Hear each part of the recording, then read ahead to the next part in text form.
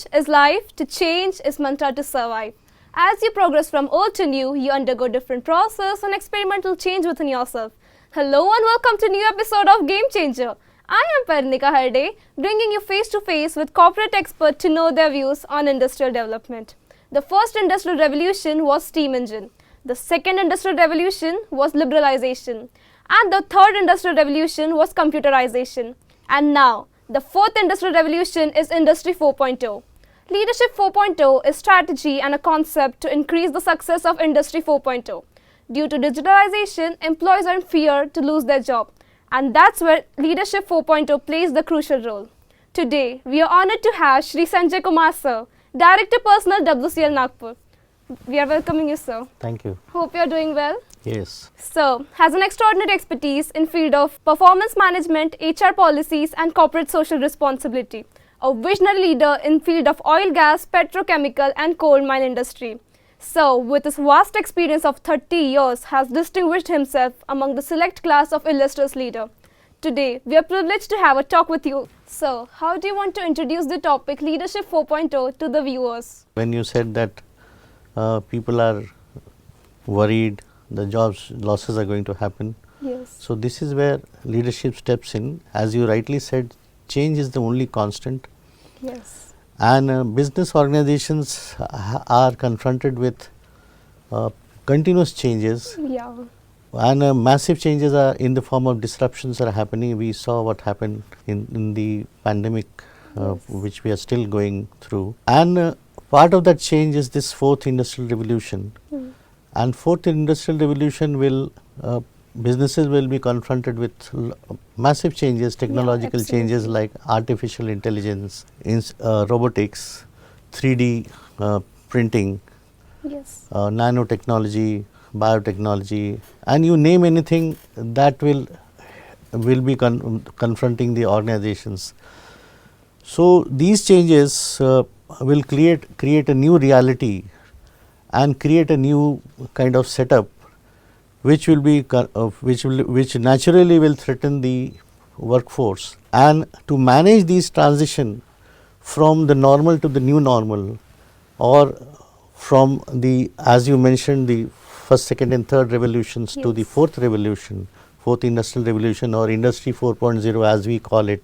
So to manage these transitions from some organizations are in the second industrial revolution, still they are in the second revolution, some are in the third, some are even in the first. Yeah. So to manage this transition, we will have new kind of leadership. The leaders will have to evolve themselves into to take care of the challenges of the Industry 4.0, and that we can call as a subset of Industry 4.0. To name it, I will call it Leadership 4.0. Okay, sir. So that was wonderful. What leadership qualities do we need to be successful in fourth industrial revolution? See, as you said, the leader will have to help manage the transition. So first of all, the leader should be willing to embrace the change. And one of the methodologies for embracing the change will be technology. Yes. The ability to work with people, leverage diversity. And here, when we talk of diversity, Industry 4.0 will also usher in, as I mentioned, artificial intelligence and robotics. So the workplaces, so for instance, while we are recording this sequence, it might as well, you can have a situation where the entire sequence is being recorded by one person with the help of a couple of robots. So workplaces will have to be designed accordingly. The leaders will have to embrace change. They will have to design policies. They will have to create workplaces where humans and humanoids both can survive. Absolutely. Secondly, they will have to manage the stakeholders, because your stakeholders are going to be many.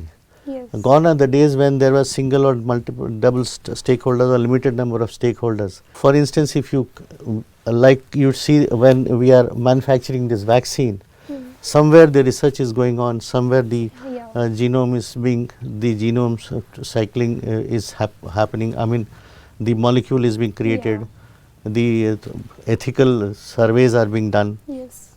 Then the next very important point is the embracing of technology. The leader should be willing to embrace technology, and more often than not, they should be willing to do business in an ethical way. Yes. And when we talking of ethics, more often than not, many times in the haste to embrace technology and see the results, the leaders, they overlook the aspect of the ethical aspect, and they do not put it before the users. Recently you must have faced this, or you must have come to know that people are worried about their privacy aspect of when WhatsApp. Many people have, in panic situation, WhatsApp, they have stopped using WhatsApp. They are and they are downloading left and right. They are downloading whatever different technologies, apps, different. Somebody is downloading Telegram, somebody is downloading Signal and whatnot, without knowing whether it's good or bad, whether it's better than WhatsApp or not. And the best thing would have been, somebody should have come up, either WhatsApp should have come up. WhatsApp is now owned by Facebook. Possibly some think tank could have done a comparison as to what happens to your privacy, what happens to your data, what all the issues are there. These are very ethical issues. And ethical issues are very sensitive because they are concerned with the lives and privacy of the people, which are very dear to the people. So, coming back to the point, the leadership 4.0 will operate in a globalized world. So, first of all, global as well as local. So, global and local both. So, a person has to be global. So, all these competencies will have to be there in a leader when operating in a leadership 4.0 scenario. So, what type of leaders would be successful in this movement? See, when we talk of businesses, as I mentioned, we have businesses from the first industrial revolution still going on, plodding along, if I may use that word. People from the second industrial revolution who are trying to catch up, or maybe leapfrog to the fourth industrial revolution. So, it's not that there is a sure shot recipe that we will have this kind of leadership competencies which will guarantee success. See, basically you will have socially conscious leaders who are more worried, who take care of the societal aspect, they take care of the environmental aspect. These days people are talking about ESG. ESG is environmentally conscious, socially conscious, and corporate governance. More often than not, today businesses are rated as apart from their annual report, while analyzing their financial analysis, the analysts, they also do ESG analysis. ESG analysis means their environmental consciousness, their consciousness for the society, and their corporate governance practices, ethical practices. Many a country, many a funding agencies are not willing to fund companies which are not ESG compliant. Going forward, you will have companies, especially the mining companies, the companies which are in the extractive industry, oil gas companies, they have to be ESG compliant. If they are not ESG compliant, they are not rated as good corporate citizens.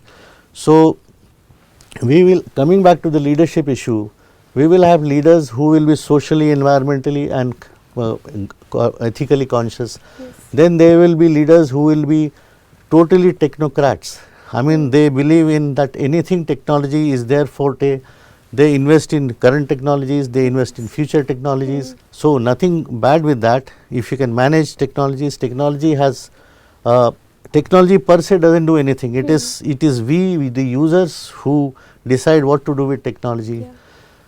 Third is the softer part, the human part. They believe that technology is something which can catch up in 6 months or 3 months or 1 year. There is a saying that you take away my money, you take away my all the resources, but leave me my people, I'll create another empire. So, there are people who are kind of talent savvy, if I may use that word, who have started reskilling their people, who believe in talent management, who believe in retraining their people, upgrading their skills. So, they believe that it is their people and their talents which are going to be the cutting edge, and they invest in retooling, retackling and reskilling their people, good talent management practices and good people management practices, good diversity issues, they leverage the global diversity. So, to answer your question, Yeah. it's not that there is one magic formula or a panacea which Yeah. will help the industry 4.0 as leadership 4.0. A leadership 4.0 will, a leader in the scenario of leadership 4.0 will perhaps be a combination in various proportions of the whatever I mentioned, part of it corporate governance, part of it social ethics, part of it societal aspects, environmental aspects, talent management, and also business, of course, because that is where if the money doesn't come, the business doesn't happen. So adding part by part, you can be a successful leader in Industry 4.0. So with your vast experience of 30 years, you have distinguished yourself in the select class of illustrious leader in this corporate world. So sir, finally any message you want to give to your viewers?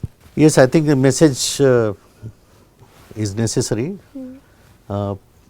Industry 4.0 has ushered in the future. Yeah. It has brought the future at our doorstep. And along with the future comes its implications, its ramifications. So every change, or when it happens, it has two dimensions, negative as well as positive. So I will not focus on the negative aspect, because I do not want people to unnecessarily worry.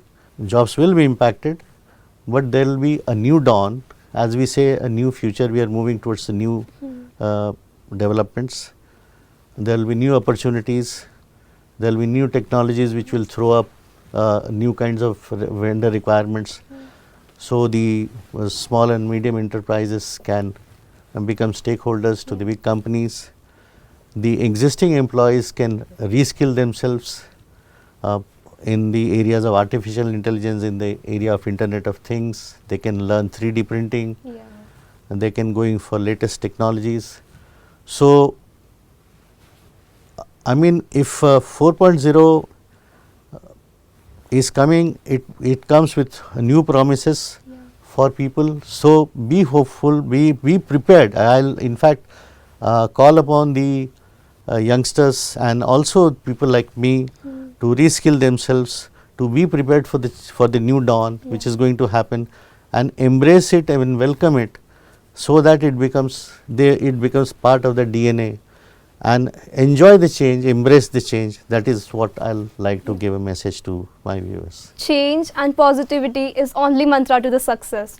As brief, as pretty and as deep it could be, there are people who want to hear you. And I'm glad that we touch upon the topic like business to the nation and the world. Thank you so much, sir, for briefing RMW with this wonderful information. As COVID has touched our life, but slowly we are starting to adapting the changes. Similarly, the fourth industrial revolution has benefited many organizations, but navigating the changes and adapting is only key to the success. Please don't forget to like, subscribe and share RMW's YouTube channel and Facebook page. Thank you and goodbye.